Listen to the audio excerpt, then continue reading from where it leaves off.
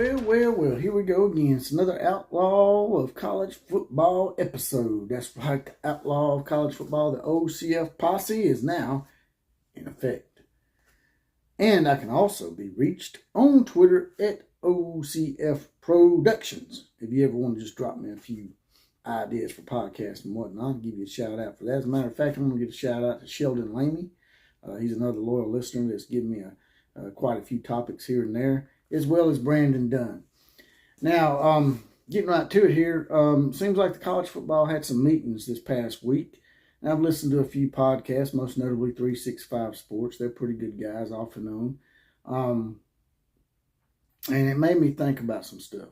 Now, everybody's really up in arms about this whole realignment and conference expansion stuff, which has been percolating, it seems like, for the last 3 years. Every season, it seems like we're talking about this, ever since the epic shift of Oklahoma and Texas to the SEC. So people was like, why ain't they expanding some more? Why don't the Big Ten take Oregon and Washington? Why ain't the Big 12 taking 3 or 4 of the Pac-12 schools? Well, what happens is, to me, it's sort of like Pangea. If you know what Pangea is, it's a theory that everything used to be one continent in this world. And eventually, through earthquakes and natural disasters and stuff like that, they eventually drifted apart. But not all at one time. Because you can't do that, because we'll probably put the world in a pretty epic situation. But it's sort of like that with college football. Don't quite take quite as long, but what happens is you'll see a team, 2 teams maybe leave, and then you'll have a settling period somewhat. You know, like back in the day when Arkansas and South Carolina joined the SEC. It took another, I think, about, what was it? They joined in, 1992? And then Missouri and Texas come on in 2011, 2012. So what was that, about 20 years? And then it didn't take quite as long for the next shift, as you know, with Oklahoma and Texas coming aboard. But it was another 9, 10 years.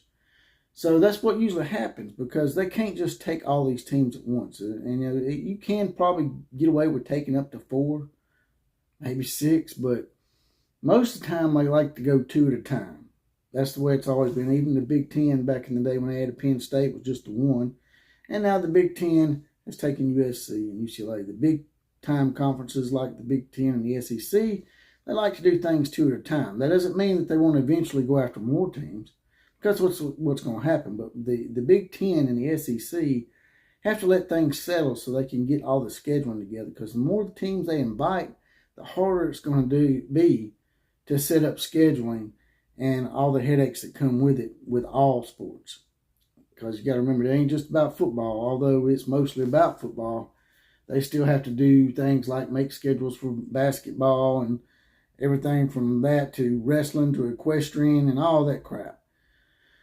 So, moving on from that, to me, there's this thing that keeps coming up about the Big Ten.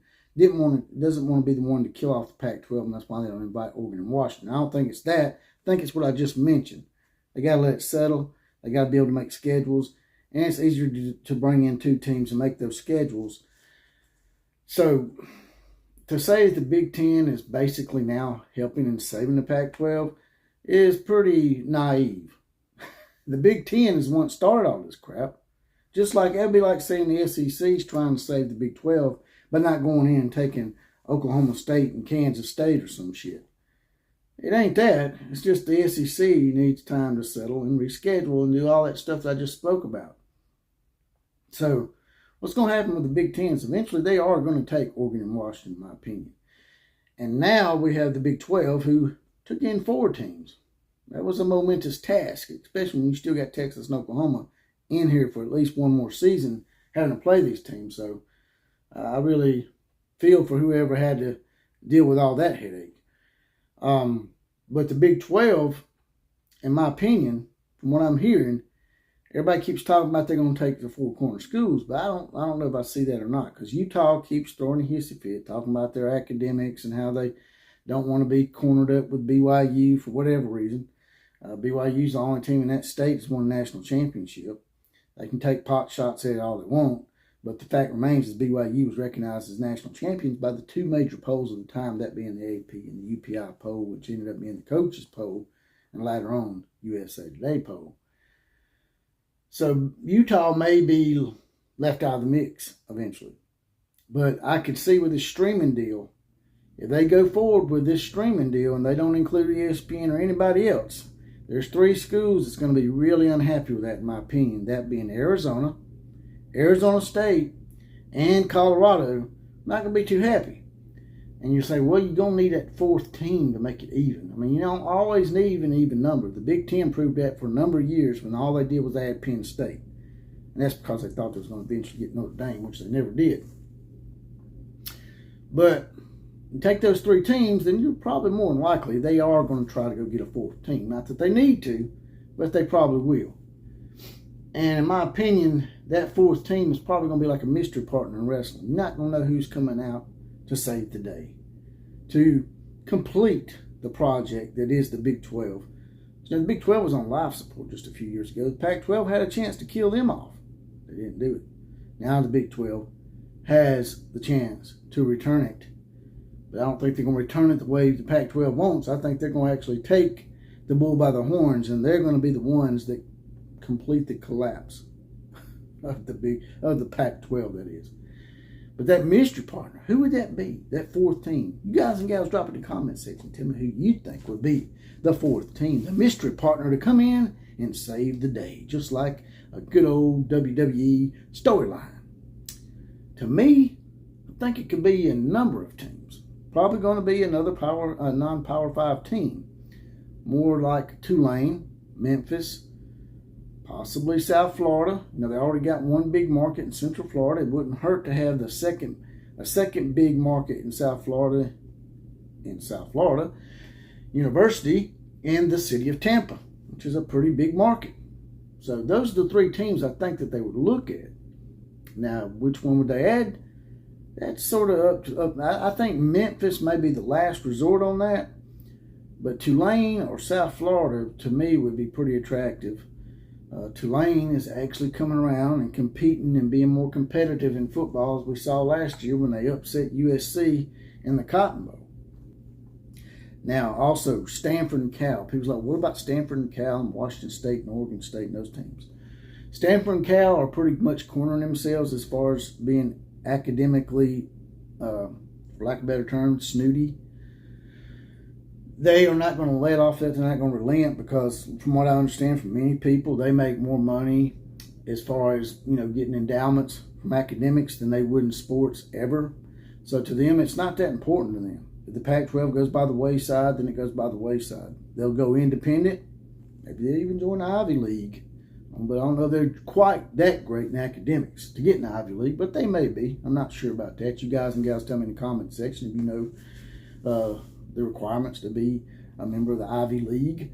I mean, everybody else is expanding. Hell, let the Ivy League expand. Let them take Stanford and Cal, who've been, basically shitting the bed on this whole thing and screwing it up for everybody, in my opinion, for quite some time. But Stanford and Cal probably would end up independent, or they might join the Mountain West Conference or something like that. Oregon and Washington State, same deal, but academically not as strong, obviously. Oregon State and Washington State would likely end up in the Mountain West Conference at that point. Big 12 outside chance they may consider those teams. I don't know. And San Diego State and SMU, those teams have been on the docket to join the Pac-12, and that might be able to soothe things a little bit. But if the Big 12 and the Big 10 come in and shake things up again, I mean, is it really going to even be the Pac-12 anymore? It's just going to be, like I said before, the Mountain West Conference with a Pac-12 mask on. At that point, San Diego State and SMU may just decide to stay put in the Mountain West, and who knows? Maybe the Mountain West Conference would elevate itself once the Pac-12 goes away. Maybe the Mountain West Conference, nobody's talked about this, maybe they would be elevated up to Power 5 status. A lot of things to think about. There's one more thing. Old Deion Sanders is in the news again. But this time it's not his fault. It's that bigger crowd, baby, they call Urban Liar. Urban Meyer, whatever. Urban Meyer said in an article that he really questions what Deion's doing at Colorado, running off all these players. Now, I don't normally agree with Urban, but I really do agree with Urban on this, because although people are going to come out and like, well, they're 1-11, they're from a 1-11 team, so really don't need them. I mean, they were part of a shitty team. That's true that they were part of a crappy team, but there's some players on that roster that are good enough to play on a Division I school. They wouldn't have been recruited to a Division I school. Now, I understand running off 15, 20 players maybe, but I think you've run off like 45 or 50 players or something, like 40% of your roster or something, 60%. Not sure the percentages. Maybe you guys and gals can tell me about that, some Colorado fans. But you don't run off that many. Even back in the day when Bear Bryant was running off players at Kentucky and Texas A&M, now, at Texas A&M, he run off quite a few. And he ended up turning around. But that first season at Texas A&M, people don't realize this, Bear Bryant went 1-10. He ran off all them players. But that's back in the 1940s when it was a lot easier. People were playing two ways. Nowadays, you don't have that luxury, Deion. And to say you're going to bring in your own guys from where? The transfer portal? I mean, like I said, most transfer portal players are players that couldn't cut it at their former team. That's why they're in the transfer portal. Get a few golden nuggets every once in a while. You're going to bring in the rest of your Jackson State players. Now, Travis Hunter, great player. But the rest of your players, they weren't offered Division I or Division I AA or FCS or whatever you want to call it, scholarships for a reason. They weren't quite good enough. They probably at best one-star athletes. These guys that they're replacing, while they were on a 1-11 team, they were probably good enough to be starters on the FCS level or even in the HBCU level. 1-11 Colorado team, if you put them in the HBCU, they'd probably go undefeated every year. Now, that's a hard reality for some people to come to grasp with, but Deion's he's not being very realistic, man. He was a great star player, but as far as coaching goes, he's not being very realistic about things, and he's going to find out the hard way. Now, he may end up turned around, sort of like Bear Bryant did with Texas A&M. They went 1-10, and then eventually built themselves up. He ended up getting a job at Alabama. But I just don't see Deion being as great a coach as Paul Bear Bryant. I mean, excuse me if I'm wrong, but I just don't see that. And while I do tend to agree with Urban somewhat, I also want to think that, people are going to sort of just smirk at that and look at it like, oh, okay. That'd be like Jimmy Swaggart calling Jim Baker a hypocrite. The two big corrupt preachers back in the day that got caught up in a bunch of scandal. So I really can't take any kind of joy from that, because to me, Urban Meyer is a bigger piece of crap than both Deion and Lincoln Riley. And that's saying a lot. So I just take that with a grain of salt. But that's the college football grab bag of the day.